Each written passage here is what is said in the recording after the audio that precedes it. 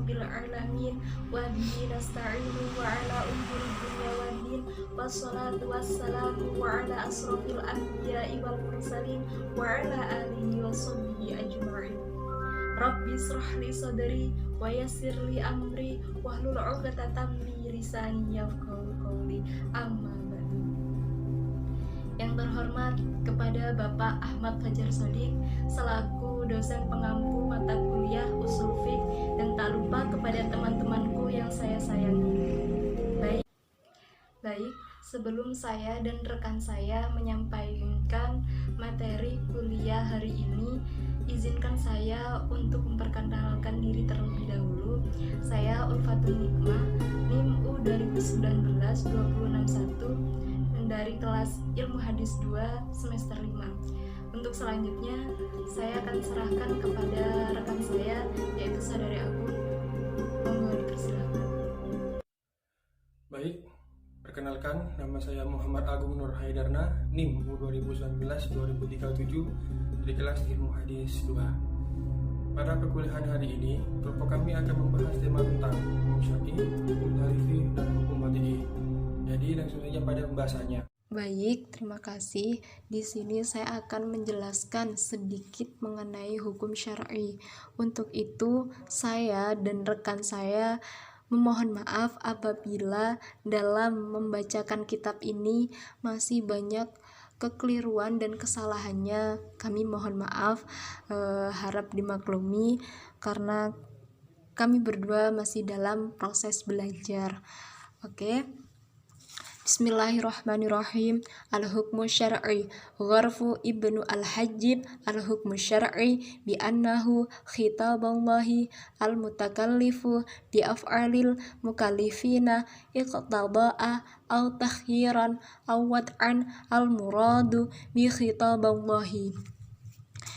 Sebelum kita membahas hukum syar'i, apa sih hukum itu?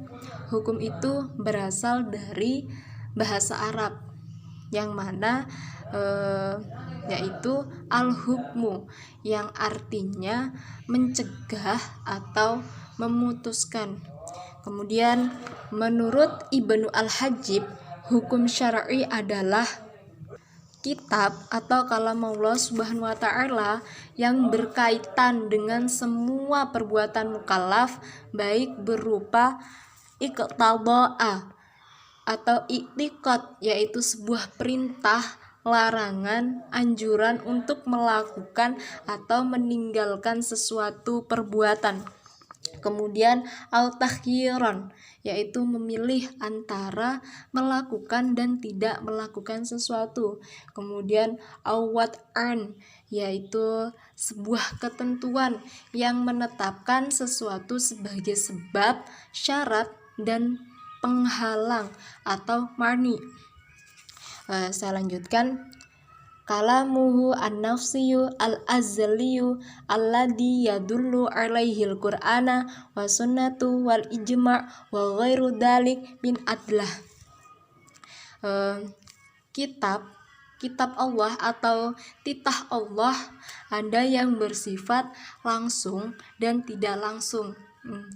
Yang bersifat langsung itu seperti apa sih?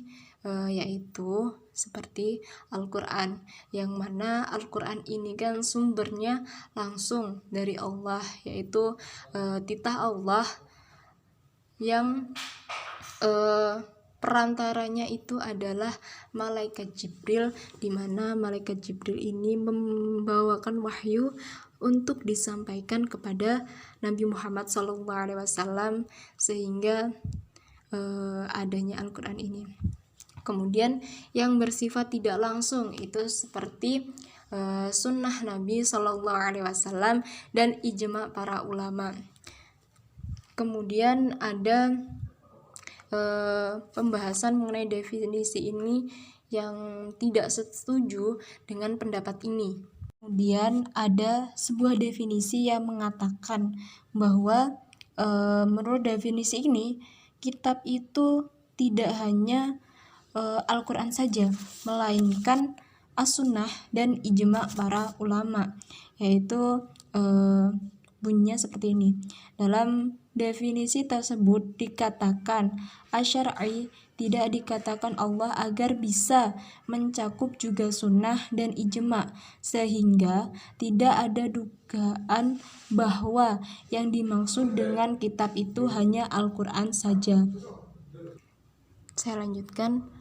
Wa ammal mukallifu fahuwal balighu al-aqilu alladhi balaghatuhu ad-da'watu wa takhilu lil khitaba wa ala hada fala yatakallafu al-khitaba bisabiyyi wala majnuni wala sahi wala naimi, yang mana disebutkan pula dalam definisi yang berkaitan dengan aktivitas hamba atau manusia tidak menggunakan kata mukallaf agar bisa mencakup hukum-hukum yang berkaitan dengan anak kecil dan orang gila, seperti hukum tentang zakat atas harta yang dimiliki anak kecil dan orang gila.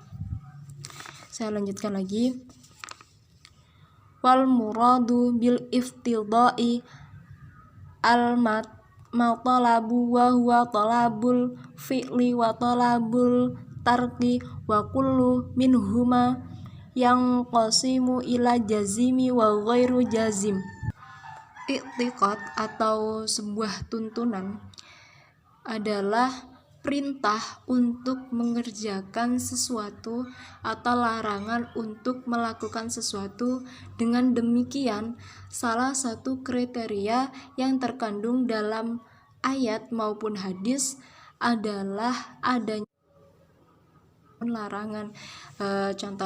Untuk contoh larangannya itu terdapat dalam Quran surah Al-Isra ayat 78 yang berbunyi Bismillahirrahmanirrahim, aqimis shalah, yang artinya dirikanlah sholat, karena dalam mendirikan sholat ini seluruh umat Islam itu diwajibkan. Kemudian untuk contoh sebuah larangan itu dalam surat Al-Isra ayat 32 yang berbunyi wala taqrabu zina, dan janganlah kamu mendekati zina, yang mana di dalam ayat ini kita sudah diberi peringatan ataupun larangan yang mana ketika mendekatinya saja itu sudah berdosa, apalagi sudah memasuki tahap zinanya. Jadi inilah contoh perintah maupun larangan dari al-i'tiqad itu. Saya lanjutkan.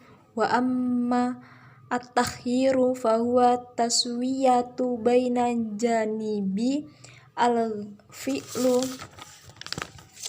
wa tarku wahya ibahatu, yang mana ini membahas tentang takhyir. Takhyir atau pilihan adalah kebebasan yang diberikan kepada mukallaf untuk memilih melakukannya. Nah, contoh dari at-takhyir ini dalam surah Al-Fatir ayat 17, yang mana artinya berbunyi sebagai berikut. Tiada dosa atas orang-orang yang buta, dan atas orang yang pincang, dan atas orang yang sakit apabila tidak ikut berperang. Dan barang siapa yang taat kepada Allah dan Rasul-Nya, niscaya Allah akan memasukkannya ke dalam surga yang mengalir di bawahnya sungai-sungai. Dan barang siapa yang berpaling, niscaya Allah akan azabnya dengan azab yang pedih. Nah, dari keterangan ayat di situ dapat kita ketahui bahwa orang-orang yang seperti orang yang buta, pincang, dan orang yang sakit pada zaman dahulu maupun sekarang pun ketika ada sesuatu yang mendesak ataupun ada peperangan, mereka tidak ikut tidak apa-apa. Jadi takhir, pilihan, itu pilihan mereka. Tapi lebih baik tidak usah ikut. Karena apa? Karena seperti orang buta, orang pincang, dan orang sakit ini kan untuk menjaga dirinya saja tidak bisa, apalagi akan memerangi orang lain, akan ikut berperang. Jadi kan malah merepotkan yang lainnya. Lebih baik takhir saja, pilihannya adalah tidak ikut. Jadi kalau katanya ngendikane orang Jawa iku ngewangi donga ae lak ya wis gak apa-apa, yang penting selamat untuk dirinya, dan semuanya pun karena doa itu semoga ya menang gitu kan ya. Jadi si buta dan si pincang dan si sakit ini mau tidak mendapatkan dosa jika tidak ikut. Tapi ya jangan pura-pura juga, karena adanya takhir jadi terus ya udahlah gitu, ya nggak boleh juga ya. Jadi harus ada kejujuran dalam takhir di sini, walaupun takhir cuma pilihan sih, mau atau nggak maunya gitu kan. Saya lanjut. Wa ammal wat'u fal muradu bihi ma wada'ahu asyari'u min sababi aw syartin aw marni aw ghairu dzalik mimma sayati tafsiluhu. Ini membahas tentang wadi. Wadi adalah adanya kaitan antara perbuatan mukallaf dengan sebab atau syarat atau halangan tertentu. Jadi wadi ini adalah ketentuan yang telah ditetapkan. Contohnya itu seperti jika kaitannya perbuatan mukallaf dengan syarat, yaitu contohnya seperti suci sebagai syarat sahnya sholat, yang mana dijelaskan dalam Quran surah Al-Maidah ayat 6 yang berbunyi, hai orang-orang yang beriman, apabila kamu hendak mengerjakan sholat, maka basuhlah mukamu dan tanganmu sampai dengan siku, dan sapulah kepalamu dan basuh kakimu sampai dengan kedua mata kaki. Dan jika kamu junub, maka mandilah, dan jika kamu sakit atau dalam perjalanan atau kembali dari tempat buang air atau menyentuh perempuan lalu kamu tidak memperoleh air, maka bertayamumlah dengan tanah yang baik atau bersih, sapulah mukamu dan tanganmu dengan tanah itu. Allah tidak hendak menyulitkan kamu, tetapi Dia hendak membersihkan kamu dan menyempurnakan nikmatnya bagimu supaya kamu bersyukur. Jadi seorang mukallaf ini, perbuatan mukallaf yang sudah ditetapkan oleh Allah dalam ayat ini, bahwasanya ketika kita ingin sholat itu harus dalam keadaan suci. Ketika tidak ada air pun kita masih tetap disuruh untuk bersuci, yaitu dengan cara bertayamum itu tadi kan sudah dijelaskan dalam Quran surah Al-Maidah itu tadi. Jadi al-wadi di sini fungsinya adalah sudah tidak bisa dirubah ya, karena kan itu sudah ketetapannya. Kalau maupun dirubah kayaknya itu sesat deh. Jadi kita udah tidak bisa mengotak-atik lagi kalau mengenai al-wadi ini ya. Jadi sudah paten, jadi nggak bisa dirubah. Wa bina'u ala hada faqad qismul usuliyuna al-hukmu syar'i ila qismaini. Auluhuma hukmu syar'i taklifi wasanihima hukmu syar'i wadha'i. Yang mana hukum syar'i itu dibagi menjadi dua, yaitu yang pertama hukum syar'i taklifi dan yang kedua yaitu hukum syar'i wad'i. Pembahasan selanjutnya, yang pertama itu adalah al-hukmu syar'i al-taklifi wa huwa khitabullahi al-muta'alliqu bi talabil fi'li minal mukallifi ala jihatil iqtidai au takhyiri. Yang mana pembahasan pertama ini adalah mengenai pembagian dari macam-macam hukum syar'i, yaitu yang pertama hukum syar'i taklifi, yang mana hukum syar'i at-taklifi ini adalah hukum yang mengandung perintah, larangan, atau memberi pilihan terhadap seseorang mukallaf untuk melakukan sesuatu atau tidak berbuat sesuatu. Jadi untuk hukum taklifi ini langsung berkaitan dengan perbuatan mukallaf, dan pelaksanaannya itu juga sesuai dengan kemampuan mukallaf. Misal seperti perintah itu seperti kayak mendirikan sholat.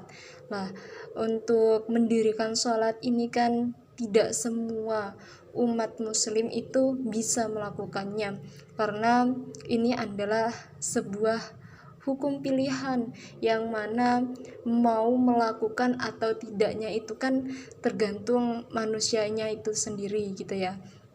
Jadi masalah sholat ini kayaknya problem yang sangat luar biasa untuk umat Islam itu sendiri, karena ibadah ini jika kita lihat dengan mata kita itu sebenarnya ini adalah ibadah yang sangat mudah untuk dilakukan, akan tetapi itu bayangannya aja ya gitu, mudah kayaknya untuk dilakukan, tapi ternyata sulit bagi orang-orang yang terlalu mementingkan pilihan hidupnya itu tadi gitu.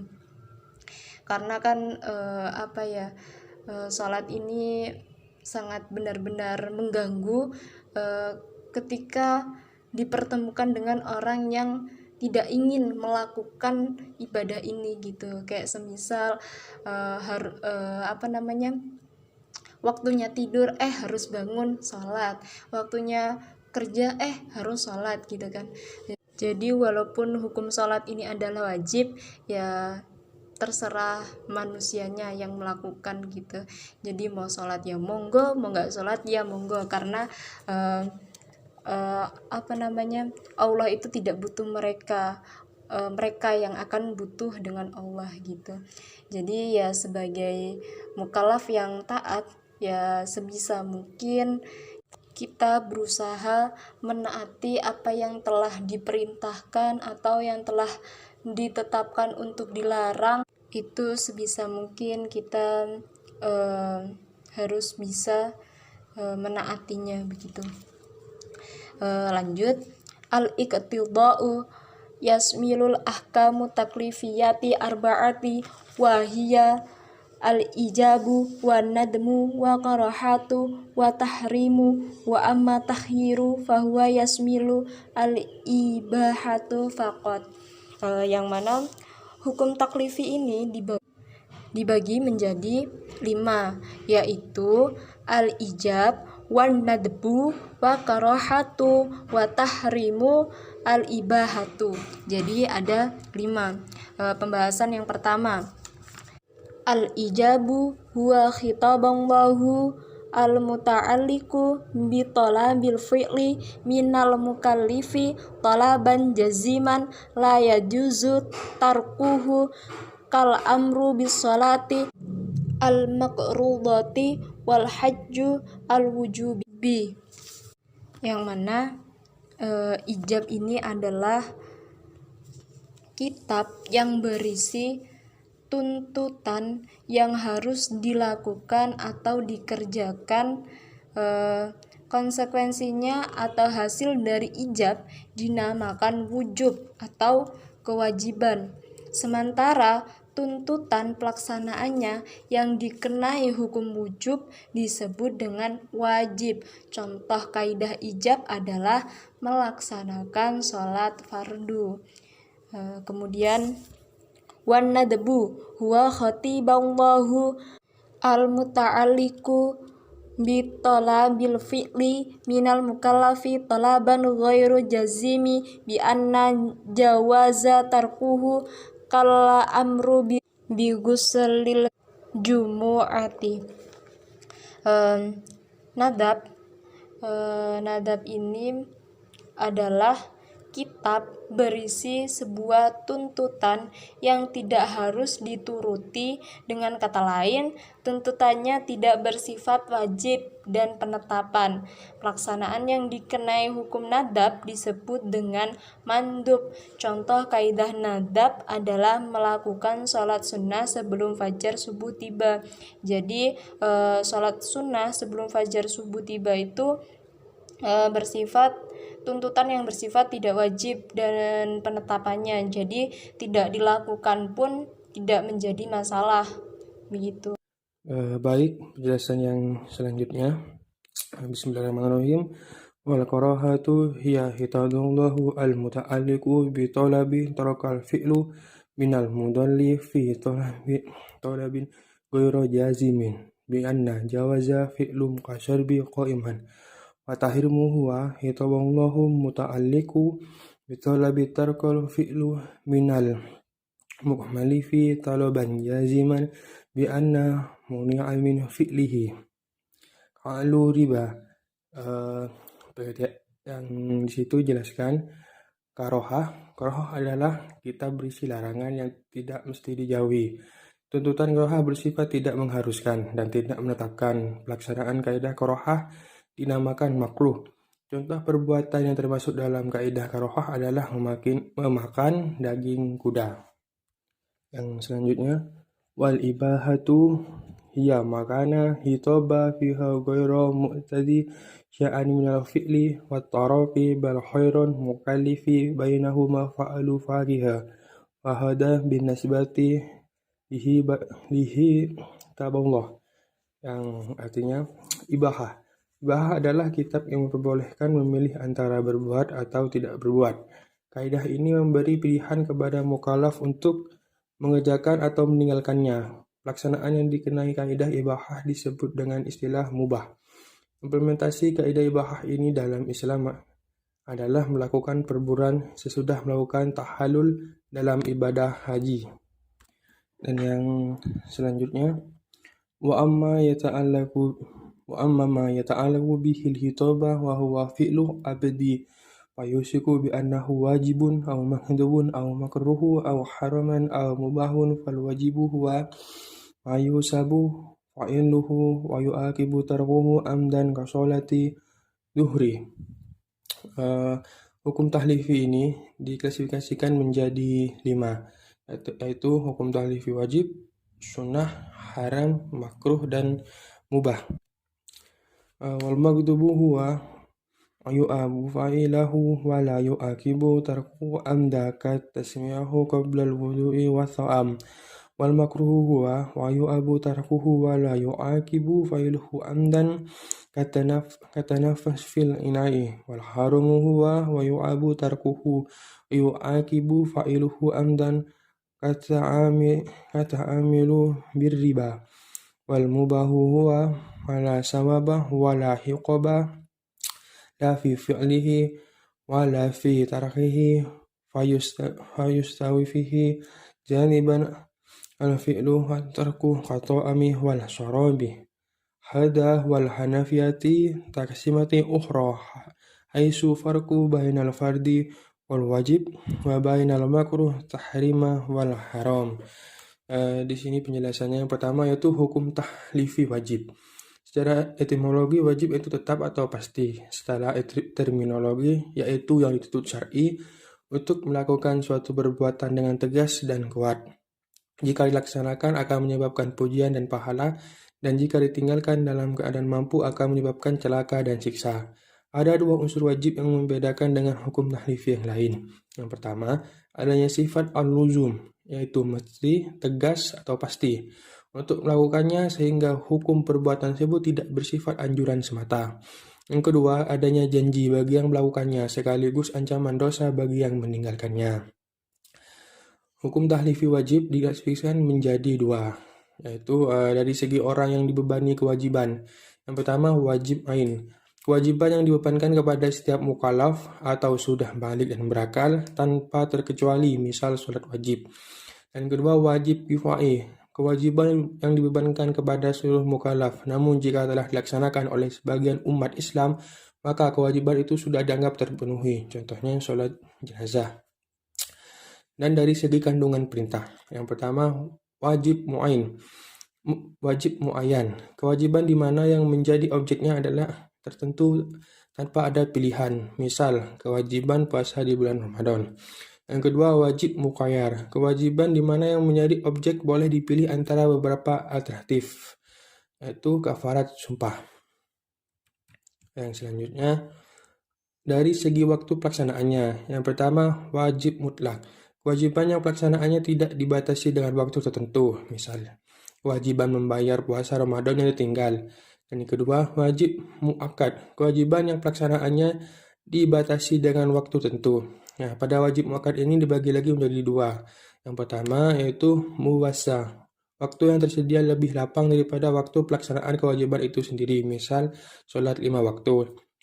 Dan yang kedua, mudayak. Waktu yang tersedia hanya mencukupi untuk melaksanakan kewajiban itu, misal puasa bulan Ramadan dan haji. Dan yang selanjutnya, hukum tahlifi mandub. Secara etimologi yaitu sesuatu yang dianjurkan. Secara terminologi yaitu yang dituntut syar'i untuk melakukan suatu perbuatan tidak dengan tegas dan kuat. Jika dilaksanakan akan menyebabkan pujian dan pahala, dan jika ditinggalkan tidak menyebabkan celaan dan siksa. Hukum tahlifi mandub ini diklasifikasikan menjadi 3. Yang pertama, mandub, nab atau sunnah. Nah, pada penjelasan ini dibagi menjadi 3 lagi. Yang pertama yaitu muakkadah. Sunnah sangat dianjurkan, dibiasakan oleh Rasulullah SAW dan jarang ditinggalkannya. Misal, sholat sunnah 2 rakaat sebelum fajar. Dan ghair muakkadah, sunnah biasa. Sesuatu yang dilakukan Rasul namun bukan menjadi kebiasaannya. Contohnya sholat sunnah 2 rakaat sebelum sholat zuhur. Dan zawaid, sunnah mengikuti kebiasaan sehari-hari Rasulullah SAW sebagai manusia. Misal cara makan, tidur, dan lain-lain. Selanjutnya, hukum tahlifi haram. Secara etimologi, sesuatu yang dilarang mengerjakannya. Secara terminologi, yaitu yang dituntut syar'i untuk ditinggalkan dengan tegas dan kuat. Jika ditinggalkan karena ketaatan mendapat pahala, dan jika dilakukan secara sadar mendapat siksa. Pada klasifikasinya, haram dibagi menjadi 2, yaitu al-muharram li zatihi. Diharamkan karena esensinya, mengandung kemudaratan bagi kehidupan manusia, misal larangan zina, makan bangkai, darah, dan babi. Dan kedua, al-muharram li ghairihi. Dilarang bukan karena esensinya, tapi pada kondisi tertentu. Dilarang karena ada pertimbangan eksternal, misal larangan jual beli saat azan Jumat. Dan selanjutnya, hukum tahlifi mubah. Secara etimologi, mubah itu melepaskan atau mengizinkan. Secara terminologi, yaitu pemberian kebebasan memilih dari syar'i kepada mukallaf untuk melakukan atau meninggalkan sesuatu. Tidak ada pujian dan celaan syar'i dalam melakukan atau meninggalkannya. Secara klasifikasi, mubah dibagi menjadi 3 penjelasan. Mubah yang berfungsi untuk mengantarkan seseorang kepada suatu hal yang wajib dilakukan. Misal, makan dan minum adalah suatu yang mubah, namun berfungsi untuk menggerakkan seseorang mengerjakan kewajiban sholat. Sesuatu dianggap mubah hukumnya jika dilakukan sekali-kali, tetapi haram hukumnya jika dilakukan setiap waktu. Misal, bermain dan mendengar musik. Jika menghabiskan waktu hanya untuk bermain dan musik, maka menjadi haram. Sesuatu yang mubah yang berfungsi sebagai sarana mencapai sesuatu yang mubah pula. Misal, membeli perabot rumah untuk kepentingan kesenangan. Itu penjelasan dari 5 hukum tahlifi. Baik, selanjutnya penjelasan tentang hukum wada'i.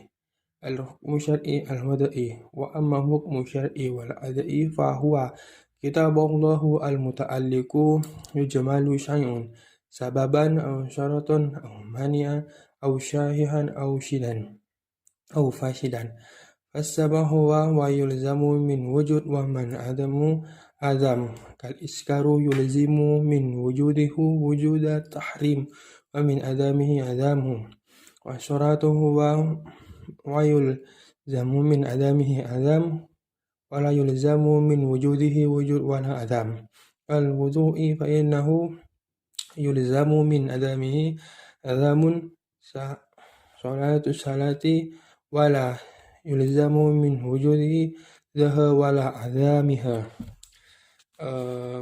Itu pada hukum wad'i ini diklasifikasikan menjadi 5, yaitu sebab, syarat, mani atau penghalang, syah dan batal, yang terakhir azimah dan ruksyah. Penjelasan tentang hukum wad'i. Hukum wad'i adalah ketentuan Allah yang menetapkan sesuatu sebagai sebab, syarat, mani, usyah atau azimah, syah dan batal. Pada penjelasannya, yang pertama itu tentang sebab. Sebab ini dalam bahasa Indonesia berarti sesuatu yang dapat menyampaikan kepada sesuatu yang lain. Secara istilah, sebab didefinisikan sebagai sesuatu yang dijadikan syarat sebagai tanda bagi adanya hukum dan tidak adanya sebab sebagai tanda bagi tidak adanya hukum. Contohnya seperti masuknya bulan Ramadan menjadi petanda datangnya kewajiban puasa Ramadan. Maksudnya, bulan Ramadan adalah suatu yang jelas dan dapat diukur. Apakah bulan Ramadan sebab, sedangkan datangnya kewajiban puasa Ramadan disebut musabab atau hukum atau disebut juga sebagai akibat. Yang kedua yaitu syarat. Menurut para ulama, mendefinisikan ialah sesuatu yang tergantung kepadanya adanya hukum. Lazim dengan tidak adanya tidak ada hukum, tetapi tidaklah lazim dengan adanya ada hukum. Dari definisi kedua dapat dipahami bahwa syarat merupakan penyempurna bagi suatu perintah syarak. Contohnya seperti hubungan perkawinan suami istri adalah menjadi syarat untuk menjatuhkan talak. Tidak adanya perkawinan maka tidak ada talak. Wudu adalah syarat sahnya sholat. Tanpa wudu maka tidak sah mendirikan sholat. Tetapi tidak berarti adanya wudu menetapkan adanya sholat. Dengan demikian antara syarat dan yang disyarati itu merupakan bagian yang terpisah. Yang selanjutnya yang ketiga yaitu mani atau penghalang. Secara bahasa kata mani yaitu penghalang. Dalam istilah usul fikih, mani adalah sesuatu yang ditetapkan syarat sebagai penghalang bagi adanya hukum atau berfungsinya sebab atau batalnya hukum. Contohnya, seorang anak berhak mendapatkan warisan dari ayahnya yang sudah meninggal. Tetapi kemudian si anak diputuskan tidak mendapatkan warisan dari peninggalan ayahnya karena ada penghalang atau mani. Penghalang itu bisa berupa karena si anak itu murtad atau kematian ayahnya ternyata karena dibunuh oleh anak itu sendiri. Yang selanjutnya, ruksyah dan azimah. Ruksyah ialah keringan hukum yang diberikan oleh Allah kepada mukallaf dalam kondisi-kondisi tertentu. Sedangkan azimah ialah hukum yang berlaku secara umum yang telah disyaratkan oleh Allah sejak semula di mana tidak ada kekhususan karena suatu kondisi. Contoh, seperti sholat 5 waktu yang diwajibkan kepada semua mukallaf dalam semua situasi dan kondisi. Begitu juga kewajiban zakat, puasa. Semua kewajiban ini berlaku untuk semua mukallaf dan tidak ada hukum yang mendahului hukum wajib tersebut. Yang terakhir, syah dan batal. Secara etimologi, kata syah atau syihah merupakan lawan syakam yang berarti sakit. Istilah syah dalam syarak digunakan dalam ibadah dan akad muamalat, yaitu suatu perbuatan dipandang syah apabila sejalan dengan kehendak syarak, atau perbuatan mukallaf disebut syah apabila terpenuhi hukum dan syaratnya. Sedangkan istilah batal tidak tercapainya suatu perbuatan yang memberikan pengaruh secara syarak, yaitu suatu perbuatan yang dikerjakan mukallaf apabila tidak memenuhi ketentuan yang ditetapkan syarak, maka perbuatan tersebut batal. Dengan kata lain, suatu perbuatan yang tidak memenuhi rukun dan syaratnya maka perbuatan itu menjadi batal. Dan itu penjelasan yang terakhir. Jadi telah dijelaskan semua dari awal dari teman saya yaitu Ulfatul Hikmah tentang hukum syar'i, dan tahlifi juga sudah, dan wadi'i juga sudah. Jadi itulah materi perkuliahan pada hari ini, yaitu tentang hukum syar'i, talhifi, dan wadai. Saya sebagai kelompok pertama serta rekan saya, yaitu Saudari Ulfatul Hikmah, mohon maaf sebesar-besarnya bila ada kesalahan dalam membaca kitab tersebut dan penjelasan yang juga salah. Karena ya kita tahu kita semua di sini sama-sama belajar. Jadi bila ada salah, bila ada kekurangan, dan bila ada sesuatu yang belum jelas kepada teman-teman, bisa ditanyakan. Terima kasih sebelumnya, dan sekali lagi mohon maaf yang sebesar-besarnya. Sekian dan terima kasih. Wassalamualaikum warahmatullahi wabarakatuh. Terima kasih sudah menyimak penjelasan materi video kelompok kami. Kurang lebihnya kami mohon maaf jika dalam menyampaikan materi kami masih banyak kesalahan dan kekurangannya. Kelompok kami punya pantun nih buat teman-teman. Motor metik tak pakai rantai, panaskan mesin di pagi hari, berpisah bukannya bercerai, semoga salam mempertemukan kita kembali. Wassalamualaikum warahmatullahi wabarakatuh.